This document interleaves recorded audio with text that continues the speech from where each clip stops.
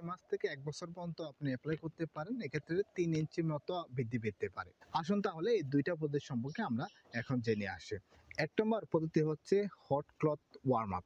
এই পদ্ধতিটা হচ্ছে কুসুম গরম পানির মধ্যে তোয়ালে ভিজিয়ে সেই তোয়ালে দিয়ে ৫ থেকে ৭ মিনিট আপনার বৃহৎসঙ্গ এবং অন্ডকোষকে মুড়িয়ে রাখতে পারেন এবং মোড়ানো অবস্থায় আপনি ম্যাসাজ করতে পারেন। এক্ষেত্রে দেখা যাবে যে ব্লাড সার্কুলেশন আস্তে আস্তে অনেক বেশি বৃদ্ধি পাবে। এই ব্লাড সার্কুলেশন বৃদ্ধি পাওয়ার মাধ্যমে দেখা যাবে যে সাইজটা অনেক বেশি বা আগের থেকে বড় মনে হতে পারে।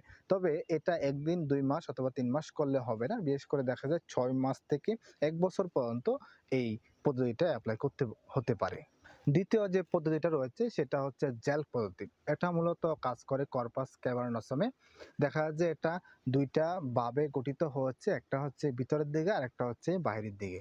এর কাজ হচ্ছে কোষকে গঠন করা, ব্লাড সার্কুলেশন অনেক বেশি বাড়িয়ে দেওয়া। এই ব্লাড সার্কুলেশন বাড়ানোর মাধ্যমে দেখা যায় যে বীর্যসঙ্গের সাইজটা আস্তে আস্তে বাড়তে পারে।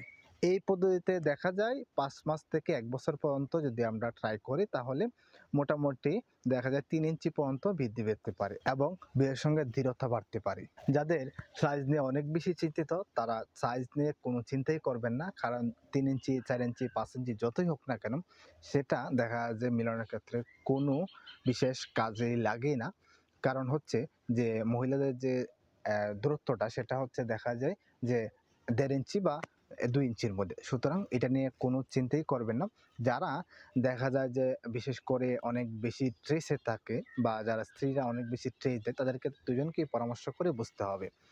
এছাড়া যারা হচ্ছে ক্রিম, জেল বা অন্যান্য মেডিসিন ইউজ করে তাদের ক্ষেত্রে বলব অবশ্যই এটা এভয়েড করতে হবে। কারণ আপনি একটা জিনিস ভালো করতে গিয়ে সেটা আপনি ভালো না করে অতিরিক্ত খারাপ